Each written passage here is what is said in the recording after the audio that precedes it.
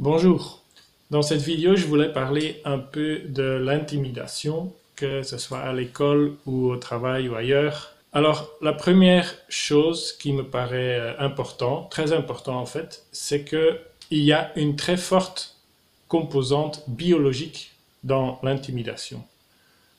Par cela, je veux dire que les gens qui intimident, selon ce que j'ai un peu étudié de neurologie et de criminologie, des choses comme ça, il y a des raisons biologiques, neurologiques, etc. pour leur comportement. Bien sûr, on ne va pas nier qu'il y a certains aspects culturels aussi, ou d'éducation, d'événements de la vie, etc., qui ont une certaine influence. Mais cette composante biologique, si on va la nier ou si on va l'ignorer, on va causer et vivre des désastres. Alors, pour commencer, il y a par exemple le problème de la psychopathie.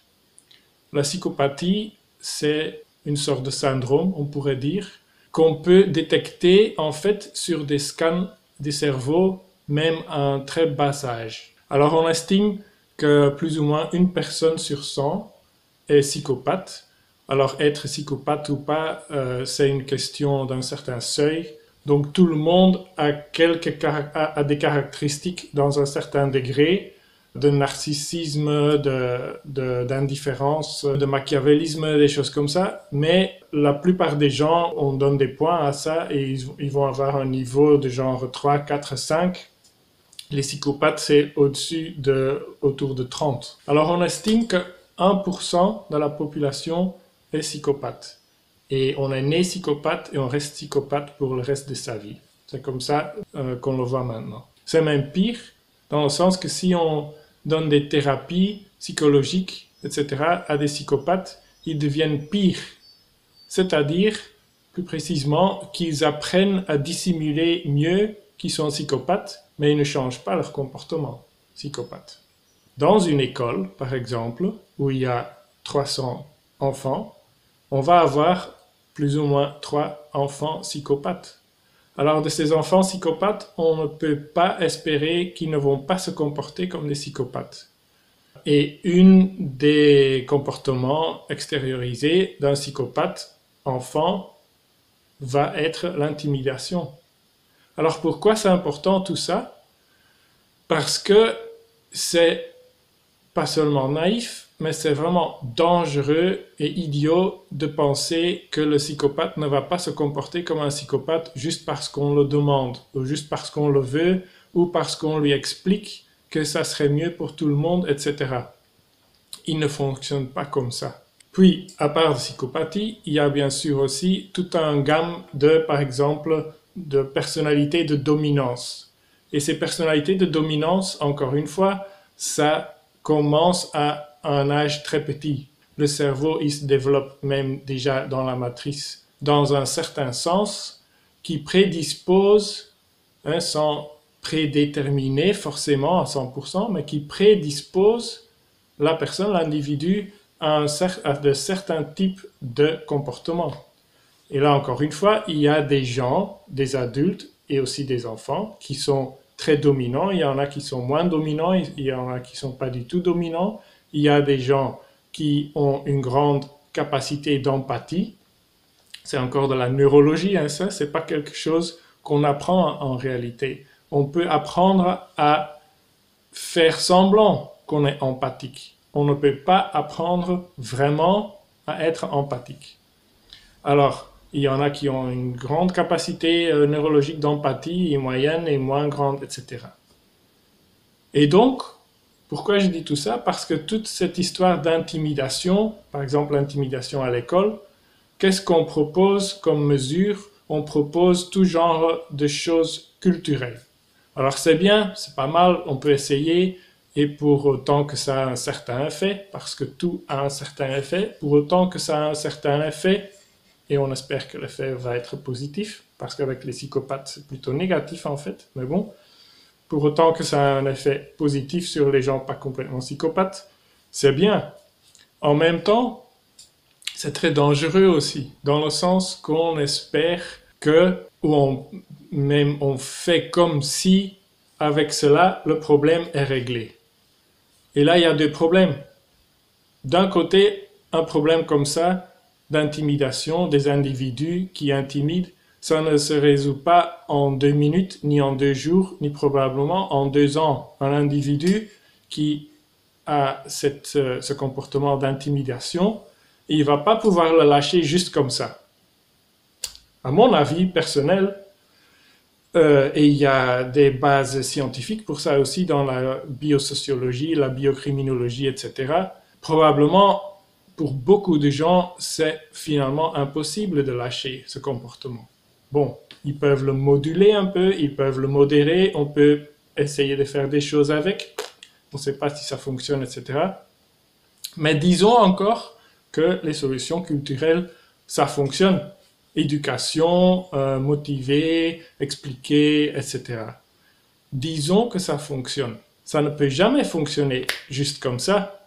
Et le temps que ça change, mais reste encore un comportement d'intimidation, pour les victimes de l'intimidation, c'est extrêmement traumatisant. Pire encore, ça oblige les victimes à développer des stratégies. Et ces stratégies qu'on développe vis-à-vis à l'intimidation, qu'on ne sait pas vraiment faire quelque chose en contre, ces stratégies, pour l'individu même, comme moi je le vois, sont quasi toujours malsains dans certains sens.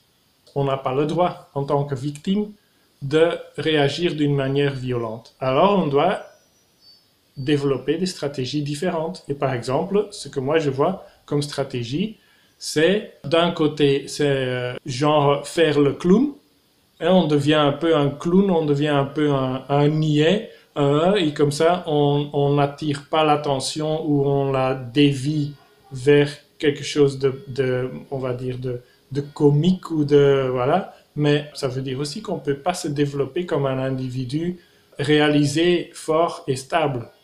Ça ne va pas ensemble. Une deuxième stratégie que j'ai vue, que je connais, c'est disparaître, donc confronté avec l'existence de ces gens qui intimident, on disparaît entre les meubles. Voilà, on essaye de ne plus exister, de ne plus être là, on va dire, de ne pas du tout attirer l'attention, etc. Mais en fait, toutes ces stratégies tendent à, au lieu de repousser le problème vers la personne qui intimide, prendre le problème sur soi-même et un peu se auto-mutiler, ce qui est évidemment horrible et néfaste parce qu'en fait, les gens non psychopathes, non intimidants, non dominantes et qui ici sont empathiques, etc., devraient pouvoir vraiment se réaliser à un maximum. Alors comme j'ai dit, toutes les solutions culturelles, éducation, motivation, etc., c'est bien, on continue à essayer ça, mais on ne peut vraiment pas, dans la vue de la science contemporaine, de la biocriminologie, la biosociologie, la neurologie, etc., on ne peut vraiment pas compter dessus que ça va avoir l'effet désiré, que ça va fonctionner. Donc, on le fait, mais pour être prudent et réaliste, vu ce que la science contemporaine, la biosociologie, la biocriminologie, la neurologie, etc. nous disent, on ne peut vraiment pas compter dessus que comme ça va être réglé. Et on ne peut pas non plus compter sur le fait qu'une personne qui intimide et qui fait partie d'un programme éducatif pédagogique culturel qui va vraiment changer, on peut lui donner la chance, mais on compte dessus en fait, pour être prudent et réaliste, que ça ne va pas fonctionner. Parce que sinon, de nouveau, on va devenir la victime. Alors, qu'est-ce qu'on peut faire alors qui vraiment fonctionne? Moi, j'ai expérimenté une façon moi-même, personnellement, dans ma vie, et ça va vous paraître bizarre, probablement, mais c'est l'art martial. Alors depuis 2 ans, je fais du Jiu-Jitsu, c'est pas beaucoup, 2 ans, mais je sais un peu de quoi il s'agit et en 2 ans, j'ai pu un peu expérimenter l'effet que ça a physiquement, mais surtout socialement et psychologiquement. Alors attention, les arts martiaux, c'est pas l'idée si c'est bien fait, si c'est un club correct, c'est pas l'idée d'apprendre à détruire des gens, hein. Au contraire, en fait, c'est l'idée d'apprendre à ne pas devoir se battre. Et pourquoi on ne va pas devoir se battre? Parce qu'on va émaner le fait qu'on sait se battre, si ça serait nécessaire. Et donc, du coup, surtout vis-à-vis des gens qui intimident, parce que les gens qui intimident, ils sont pas forcément très courageux, ils sont pas forcément forts et stables, etc. Ce sont des petits connards à la fin. Alors, vis-à-vis des gens comme ça, on va émaner le fait qu'on est plus ou moins à l'aise avec la bataille. Et donc, ça va se sentir, ils vont le sentir, et s'ils ne le sentent pas à distance, ça va être suffisant qu'une fois ils commencent à t'embêter, et tu fais une petite technique pas destructive du tout, mais qui démontre tout simplement, écoute, j'ai une certaine maîtrise plus que toi dans ce genre de choses, et paf, ça va être fini. Alors, d'une certaine façon, ce n'est pas une solution sociale dans le sens que ceux qui vont le faire, eux, ils vont pouvoir être un peu libres de cette influence désastreuse qui vient de la part des gens qui intimident. Donc eux, ils vont pouvoir se remettre un peu debout, laisser derrière les stratégies malsaines de disparaître, de faire un peu le con, l'idiot, le clown, etc.